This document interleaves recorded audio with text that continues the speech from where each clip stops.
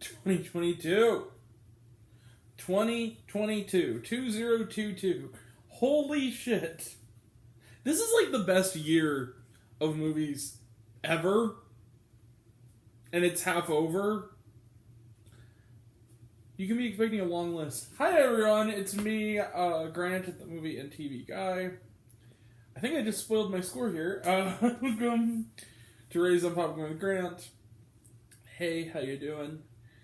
Today we're talking about a movie. Movies and TV is what we do here, although mostly movies as of late, as I often say. This is the year of Hawke, ladies and gentlemen, between Moon Knight, The Northman, and this film. The Hawke-a-sons, let's go. The Black Phone is the film we're talking about today. It is directed by Scott Derrickson. It is written by Derrickson as well as C. Robert Cargill, who many people know for, collectively for Sinister. I know Robert Cargill best, though, even before Sinister, for Carlisle on Spill.com. Anyone remembers those glory days of animated movie review podcasting? He is the co-writer here. Scott Derrickson also, along with Sinister, also has directed The Exorcism of Emily Rose, which is terrific. Sinister, which is also terrific. And Doctor Strange. And weirdly enough, it was through him not being involved in Multiverse Madness that this film came to be, to a degree.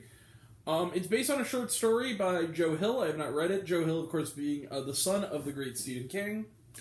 And The Black Phone is set in Denver in the year 1978, which is, I think, mostly an excuse for rougher bullies and more banging tunes on the soundtrack, but it works. We meet a young man by the name of Finney. He is played by, I made sure to note his name in the credits so I didn't have to look it up and waste time. Mason Thames is his name. Who I'm not familiar with, but he's fucking great in this. He plays little Finney, who is the constant target of the roughest and toughest school bullies, but also has the toughest kid in school watching his back, and he also has a hell of a throwing arm. He's becoming sort of a pitching wonderkind on the local baseball team. There's a local legend going around the kids of Denver, and that is of a mysterious person, force, whatever you want to call it, called the Grabber, who has been abducting children in the area. And someone who might know a hint of it is Finney's little sister, Gwen, who is one of the scene stealers of the movie. She's played by Madeline McGraw, who is the older sister of the terrific child actress Violet McGraw from The Haunting of Hill House. She has, I guess you'd call it a shining of sorts. She has psychic powers, she has psychic dreams, and much like her late mother. One day, while helping a strange gentleman, played by Ethan Hawke, he finds himself in the back of a van, never a good sign, and then being knocked out and coming to in a vacant basement. It is there that he meets the now masked Ethan Hawke, who is in fact the Grabber.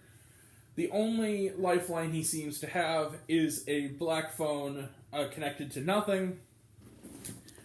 But it turns out little Finney might have some powers from dear old mom as well, because soon enough he has the rare gift of hearing the phone ring, a gift unfortunately shared by the Grabber as well, and he hears the ghosts of the Grabber's various victims, who give him the tools to outsmart the villain and fix the mistakes that they got into that ultimately cost them their lives.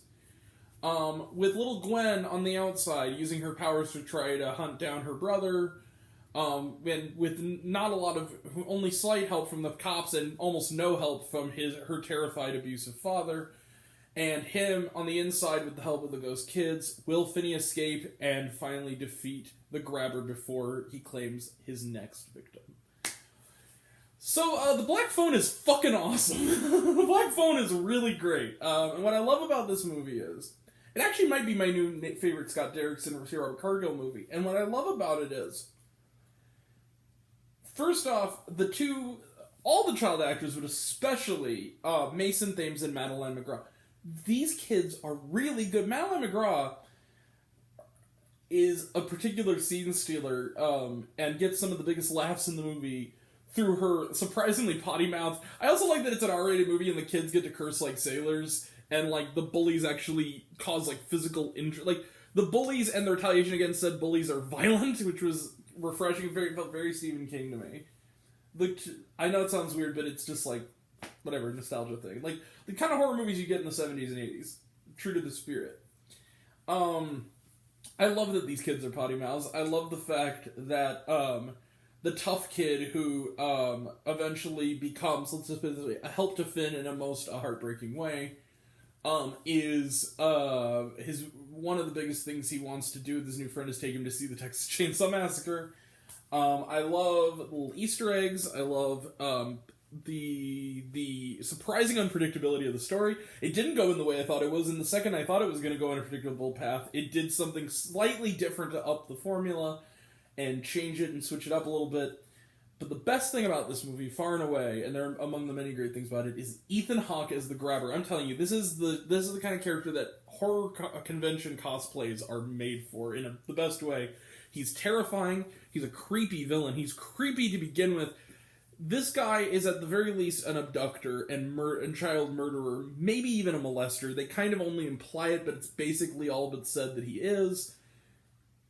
Either way, he's creepy and genuinely terrifying. And since you like, the movie does a good job, and Derrickson does a good job of setting up in the first, I'd say, 30 so minutes, making it not really a horror thing at all, and a coming-of-age story. So you get to know Finney, and you get to know his sister, and you get to know some of the victims of this guy before they're taken, and you really care. You're really invested. I love the mythology of the ghost kids who have interesting stuff, such as that when they die, they no longer remember their names or identities, and Finn kind of helps them out with that. Really, really fun. And I was in a packed audience. I had a wonderful time with my audience. There was this woman next to me who we both shouted. I'm not going to lie. We were so invested. There's one part where there's let's put it this way, moment where you think the hero is gonna have a getaway, and we were like, run, run, run! Like it was like, it's exactly why you go to a movie like this. A blast. I totally get why they moved it from the winter to the summer so they get more of an audience clout. I love the Black Phone, and guys, you see it. Bang! 5 out of 5 stars for the Black Phone. Holy shit! Holy shit! This year, man, 2022 has just been insane. We got a big list next week for the midterm, because, my god. Wow, guys. Alright. But we also have some trailer trash. So let's talk about some of them which are new that I kind of want to focus on.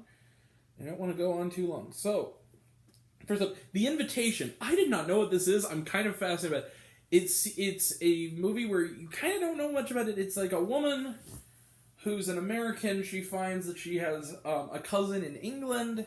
The woman in question, I think she's the one from... Oh, she's the one from the last couple Fast and the Furious movies. The Roman and Taj's friend. What's her name?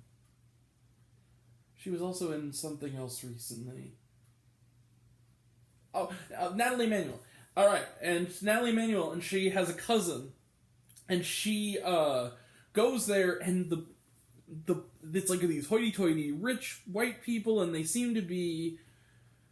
There's one where she, like, cuts herself, and one of them, who's played by the mom from Legion, like, grabs her finger and looks like you're trying to bite it off, and you're like, what is going on? And then it's like, oh, they're vampires. Because someone mentions, Mr. Harker, there's someone here to see you. I'm like, oh, like Dracula. Okay, I get what you're doing.